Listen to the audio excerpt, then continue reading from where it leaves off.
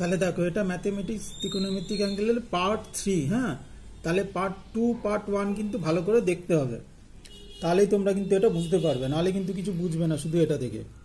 তাহলে দেখো এই ফর্মুলাগুলো আমাদের লাগবে, আর্টস কমার্স দেখো কত কিছু লাগছে, তাই না?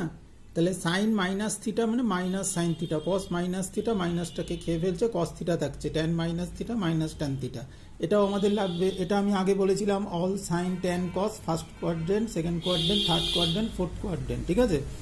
তাহলে এখানে সবাই পজিটিভ, সাইন কস ট্যান যা আছে, এখানে সাইন আর কোসেকটা পজিটিভ, এখানে ট্যান আর কটটা পজিটিভ, এখানে কস আর সেকটা পজিটিভ, বাদবাকি সব নেগেটিভ।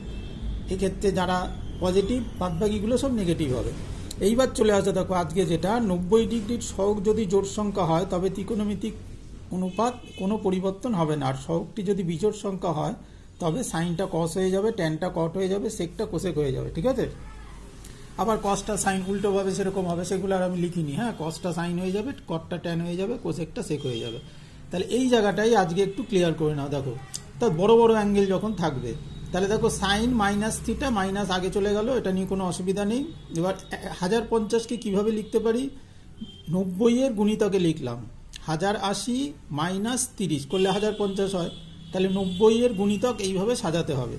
এইটা তোমাদের করতে হবে আর্টস কমার্স, ভালো করে দেখো, একটা নতুন নিয়ম। এবার দেখো এখানে জোড় সংখ্যা আছে, জোড় সংখ্যা দেখতে হবে, তাহলে সাইনটা সাইনই থাকবে, জোড় সংখ্যা বলেছি, সহগ যদি জোড় সংখ্যা হবে তেমনি কোনো পরিবর্তন হবে না, সাইনটা সাইনই থাকবে। এবার দেখো কোন কোয়াড্রেন্টে পড়ছে, তাহলে এটা 12 নম্বর কোয়াড্রেন্টেই পড়ছে, ঠিক আছে?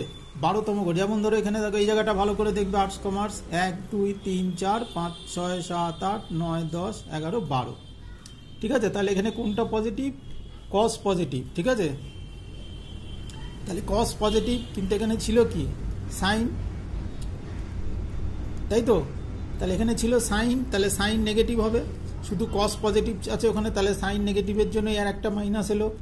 এই মাইনাসটা কিন্তু এর জন্য এলো।